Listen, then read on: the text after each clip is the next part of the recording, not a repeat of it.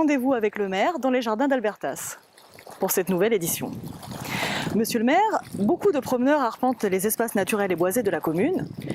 Y a-t-il des projets en cours pour permettre de profiter de ces sentiers dans notre ville nature? Bien entendu, outre les sentiers que j'appelle piétonniers qui permettent de se déplacer au sein de la commune à pied, il y a des sentiers de randonnée prévus.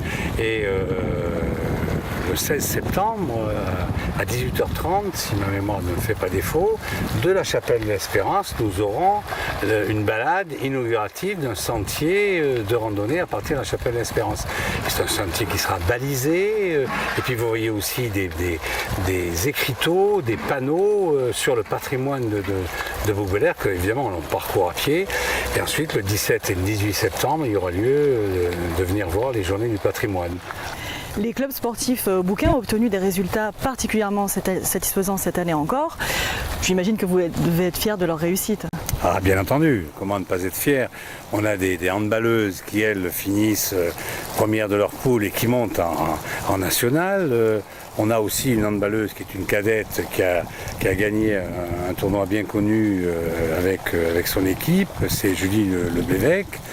Nous avons aussi les filles du volleyball qui montent et qui ont failli monter en National 3, mais qui sont très très bien placées aussi. Nous avons une boxeuse dont j'ai déjà eu l'occasion de parler, qui est Chloé Kurt-Garmarnier, donc qui a fait une superbe saison. Et enfin la gymnastique, il y a très peu de temps, c'était fin mai, où à Guidrut, en niveau 8, les filles de 7-12 ans ont fini aux 3 premières places. Donc c'est à marquer d'ailleurs. Les équipes qui sont venues de toute la France et les parents qui sont venus de la France ont trouvé que c'était bizarre. C'est vrai, mais les bouquins sont les meilleurs, donc elles ont gagné. À l'approche de l'été, les bouquins vont souhaiter se divertir. Quels sont les rendez-vous à ne pas manquer?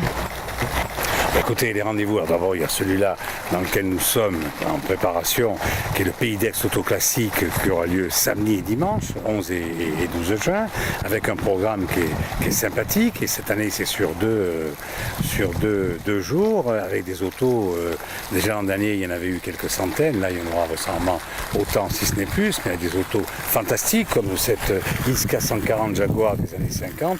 Nous aurons aussi la fête de la musique, donc le 21 juin, le grand défi le 26 juin qui est réservé aux adultes par équipe, qui est un concours sportif et culturel. Nous aurons aussi les rendez-vous musicaux ici même, fin juin, 28 et 29 juin, donc dans les jardins d'Albertas. Évidemment la fête nationale le 14 juillet et la fête votive la première fin de semaine d'août. Donc les bouquins auront l'occasion de se divertir sans problème comme chaque année. Et pour finir, qu'aimeriez-vous souhaiter aux bouquins pour les vacances? Écoutez, là nous entamons l'été. Bien, dans quelques jours ce sera l'été. L'été est une saison fantastique où tout le monde vit dehors. Ça veut dire que si les gens vivent dehors, il faut qu'ils fassent attention à leurs voisins, à ceux qui sont à côté.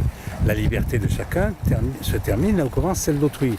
Par exemple, quand on fait un barbecue, il faut faire attention de ne pas enfumer son voisin, parce qu'il peut se plaindre. Quand on fait une fête le soir chez soi, c'est la même chose. On peut faire du bruit, donc il y a une heure aussi où il ne faut pas faire de bruit. Il vaut mieux éviter de faire du bruit parce que vos voisins peuvent dormir. Voilà. Tout ce genre de choses, des tondeuses qui peuvent être mis en marche le matin très tôt ou le dimanche, alors que les gens font la grasse matinée. Voilà. Tout ce genre de choses, c'est en fait, je demande à mes concitoyens, à mes administrés, qu'ils aient un peu de tolérance les uns envers les autres, parce que ça, c'est quelque chose d'important pour éviter, on vit dans une commune à taille humaine, une ville nature aussi, mais ça veut dire aussi qu'il y a de la tolérance, il en faut, vis-à-vis les uns des autres.